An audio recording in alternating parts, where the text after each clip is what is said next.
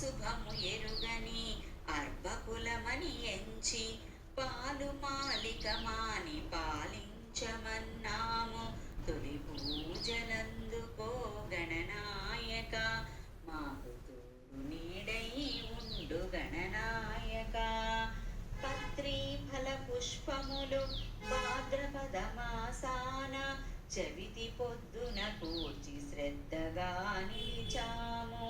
తొలి పూజలందుకో గణనాయక, మాకు తోడు నీడై ఉండు గణనాయక.